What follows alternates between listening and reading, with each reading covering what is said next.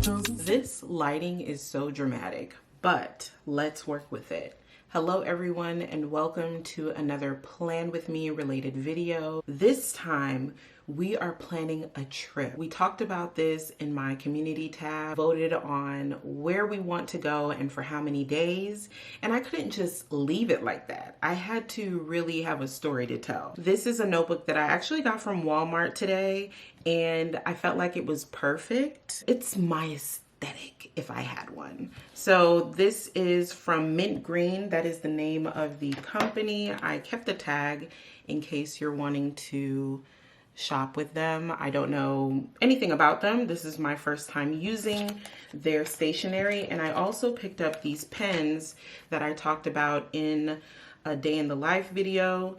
So I want to try these out. Hopefully it is in fact fast drying, because if it's not, of course you'll know. Break out one of these pens. While I'm doing that, let me go ahead and figure out what the scenario is about to be.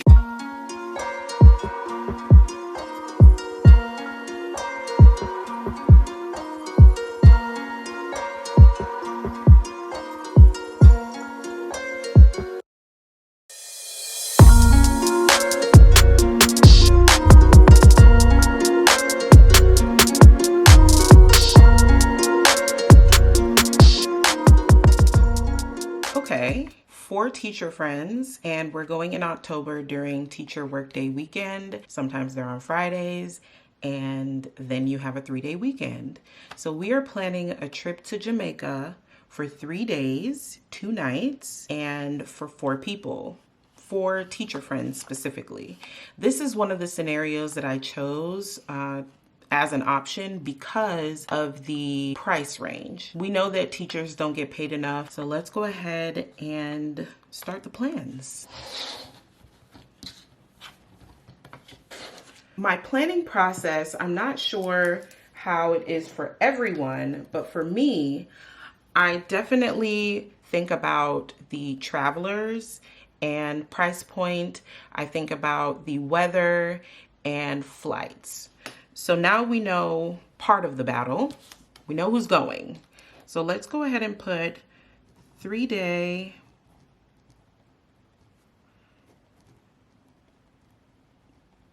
Jamaica trip. Pen writes pretty nice, I will say that.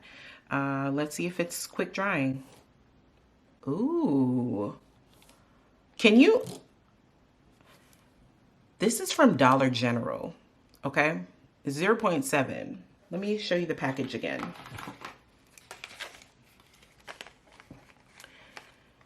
This is from Office Hub, black fast drying gel pen, medium point 0.7. I do have it in black. I didn't see it in another color. Yeah, I mean, you saw me. No edit on that. It writes pretty good for an affordable, quick drying pen. So far, so good. So let's go ahead and put down our who, and I will zoom in shortly. Just give me a moment, please. We don't need to know the what, because the what and the when is kind of one and the same. When, let's pick some dates. Most of my trips, my big trips, I plan them a year in advance. So we are going to look at the calendar for 2023 for October. Let's get there. October, let's say it is during, can you even see this? I'm so sorry. But anyway, that first weekend in October, 6th through the 8th. And I'll put the year in parentheses in case someone visits this video later on. The how. How are we getting there? How are we rooming together? How, just how? How is this trip going to take place? So first we're going to check the weather. So let me go ahead and do it this way. I know this is strange, but just let me do my process. Where's my ruler, you ask? Hiding from me. So my line is gonna be crooked. Weather in Jamaica. That's really what I'm gonna Google. October. It's between 86 to 88 degrees Fahrenheit. Okay, the best time would be November to December, but Something to think about is hurricane season, because it peaks during October and November. That is something to be mindful of. We're going to say it's a good time this time of year because, well, we checked. We haven't seen anything about any upcoming storms. So we are going to go with the weather will be fine for us during that time. Let's put 82 degrees Fahrenheit to 88 degrees Fahrenheit. And now that we know there will be quite a bit of rainfall, we'll pack our umbrella, maybe a windbreaker, if it comes to that. Airfare, I should put flight information. Let me do that. Okay, so next we have airfare / flight info. Maybe there is a little bit of bias here, but since I live in Atlanta, I'm only going to be doing this from ATL to MBJ. I don't fly into Kingston at all.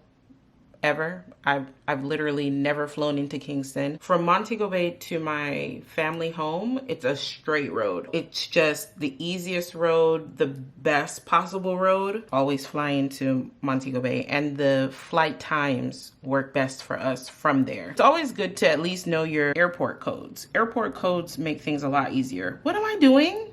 Why did you guys let me do that? Can't believe you let me make that mistake. But anyway, I'm gonna put the final airfare that we choose here.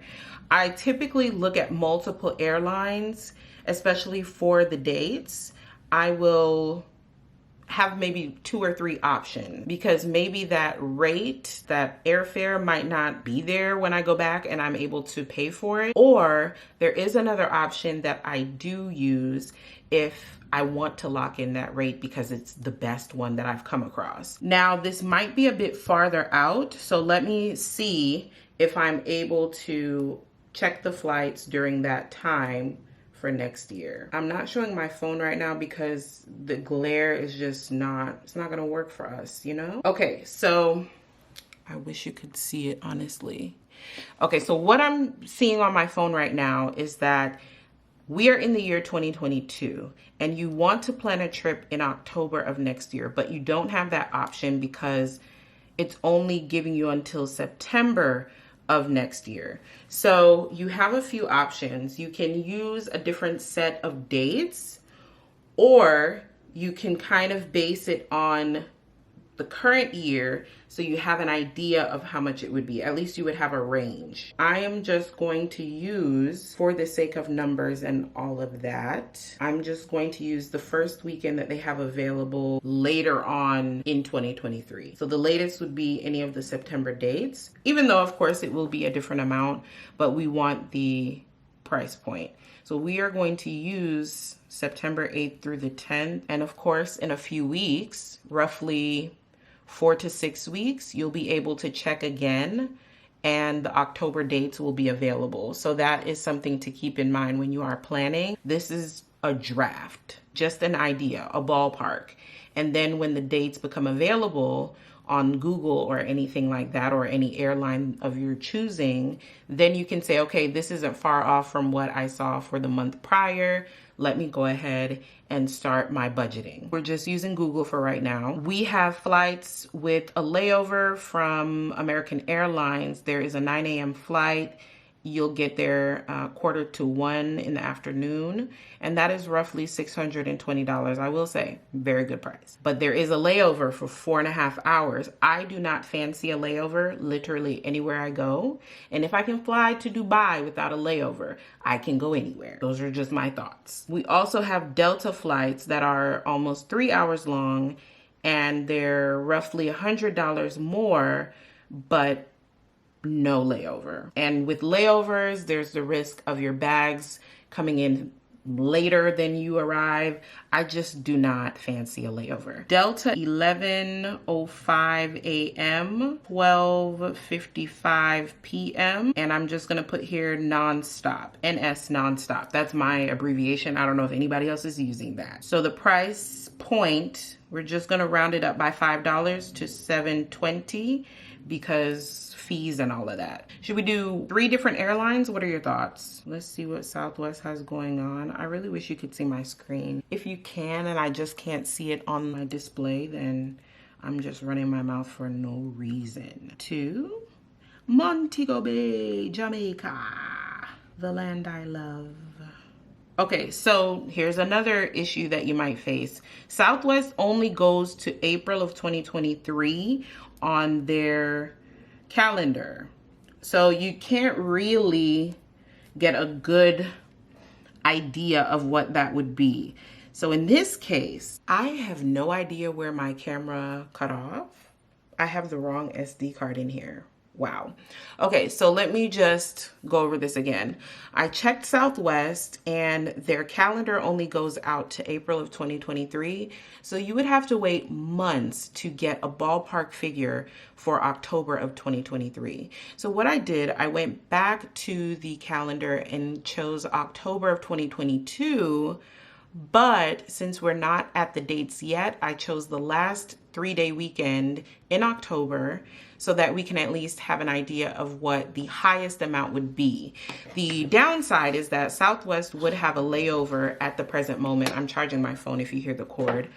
But they would have a layover, so we are going to be basing it off of the 7:15 a.m. flight, and it arrives at 11:55 a.m., but there is a layover in Orlando for 5 hours and 40 minutes. So we're going to put MCO, because I know that that's Orlando's airport code, and that is roughly $520. Now, I'll sit and wait in Orlando if I'm trying to save $1. You get what I'm saying? So that's not bad. And you can still get there close to the people that chose Delta, and I'll see you at the airport. At least you know that you'll be saving money. So that would be up to you. And you know Southwest and their bags, I mean, ideal. Delta, you will get a check bag. I mean, you might have to pay a little extra depending on how far you're flying sometimes, but anyway, those are two options. Let's go with a third. And who else have I flown with? If someone wants to fly Frontier or Spirit, let's go ahead and look into one of those. I believe they are now one and the same. Correct me if I'm wrong in the comments, but I think they are one entity now. So ATL to MBJ, I'm sorry I'm doing it out of the frame. So let's use 6 to 8 round trip, and I've been checking round trips, no one ways. Okay, so I found a Spirit / Frontier leaving at 8:59 in the morning, getting there at 12:33 p.m. in the afternoon, and there is a layover on your way there. You're gonna have a layover in FFL, which is Fort Lauderdale. I know that because I grew up in Florida. Anyway, that is approximately 7:07, but I'll call it 7:10. So these are the options that you would have, kind of. Okay, we need to at least anticipate $600 for the flight. And I'm only saying that because when you get closer to wanting to pay for it, you'll have an easier time getting together 100 and something versus the 700. So now you have a range. And ideally, if it was me and these were my options, I would pick Delta for a Peaceful Life or Southwest for affordability and free bags. But next, now that we have an idea of what the flights are looking like, what are we doing when we get there? You know what else we haven't chosen? Which city? Let's get my paper. Ocho Rios, 8 rivers. Is it bothering anyone that I didn't rip this off? Because it's bothering me. But I'm trying to move fast. I don't want you to be here all day watching me do this. Let's take the other scenarios out, and we'll use these for the next one. We'll take that out for now and put these in.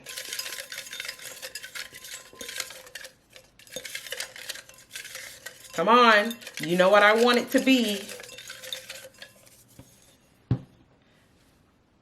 Okay, I pulled it, but I'm putting this away. I don't want you to think I'm picking. Yes. Of course I'll take you to Ochi. Ocho Rios, nickname Ochi. We are going to Ocho Rios. Perfect. So let me put that here. Ocho Rios. Now, let's just say that the 4 teacher friends have literally never been to Jamaica. They don't know what to do. And I don't have an age range for them, but let's just say they haven't been there for 10 years. They have been in the education field for about 5 years now. So let's say they're 30-year-olds, roughly. We are going to put, because we have to, it's a staple, Dunn's River Falls, Mystic Mountain. It's the fact that I'm doing this without Googling activities because... Anyway, so I have Dunn's River Falls here because this is a beautiful waterfall that, yes, it has been made commercial now, but it's still a staple. And I think that it's something you should experience. Mystic Mountain, because you're able to have a bobsled experience. I know that it is stereotypical, very annoying for Jamaicans to hear, Simka, you dead yet? You can get your Cool Runnings experience at Mystic Mountain because they do have a bobsledding adventure. They have zip lining and all of that. I feel like these two are pretty cool activities to do. They are close by each other, so that is better for you too. Something else that has become quite popular in the past few years is the bamboo rafting. People have been doing and getting their Instagram photos. So you can go on the water maybe for like a day party cruise. Let me put that down too. Okay. I'm going to get through this. I really am. My SD card is not letting me be great. But anyway, so here are some activities. I've added day party cruise, horseback riding, ATVs. This is for the more active group of people. If you are really just there to relax, do you see the bugs outside the window reflecting on my paper? Anyway, so if you are there mainly to relax, I would suggest choosing an accommodation that would give you the maximum relaxation. That way you don't feel like you need to leave the property. But for those that are wanting to do more active activities, then these are some options. And you also have the ability to travel outside of the city in which your hotel is and venture out. But I only selected these activities because they are close by. It won't take up a lot of your days to get to them because keep in mind, Jamaica is small, but when you have to drive from one parish to another, it takes hours and hours and hours. So you only have 3 days and 2 nights. So you don't want to take up most of your time driving up and down the place. That's why I chose these activities, close by hotels. And for the food, notice I don't have any options because there might be a small mom and pop kind of place that has some of the best food you've ever had. Granted, everyone wants you to go to KFC when you go to Jamaica. I understand. Try the KFC in Jamaica if that's what you're into. Just let your nose guide you to the food because you never know what you'll find. I'm still trying new places every time I go and I'm pleasantly surprised. So transportation to the airport from where you live, from the airport where you live, to the airport where you're going, from the airport where you're going. So you need to think about 4 costs just from airport travel. And then locally, how are you transporting yourself? Are you renting a car? Are you getting taxis everywhere? Do they have Uber and Lyft where you're going? In Jamaica, they do have Uber. I don't advise. I suggest either getting a driver that you can communicate with throughout your stay and just say, hey, let me get your number and you'll be our driver for the weekend. How much is that going to cost? That kind of thing, if possible. Next, we're going to talk accommodations. Okay, so here is an option for your travel planning. You can have accommodations broken up into low, middle, and high, just so that you have a variety. And of course, if you're going with multiple people, maybe the price point would work best for everyone if it is. Okay, I have to make this quick. The sun is finally down, but low options were really scaring me. So I went middle and high, and a lot of the hotels in Jamaica have a minimum night stay of 3 nights. I did the best calculations I could based on what the rates were for that time period. So for 2 people, the total would be $12.46. On the high, we have $41.80 total and close to a lot of the activities and with lots of amenities. So I do hope that this was enlightening for some that maybe have never planned a trip, and hopefully you are well on your way to getting your first vacation together or a group trip planned. Let me know any other countries you would like me to plan a trip for, and we'll do the scenarios. See you in the next one. Bye.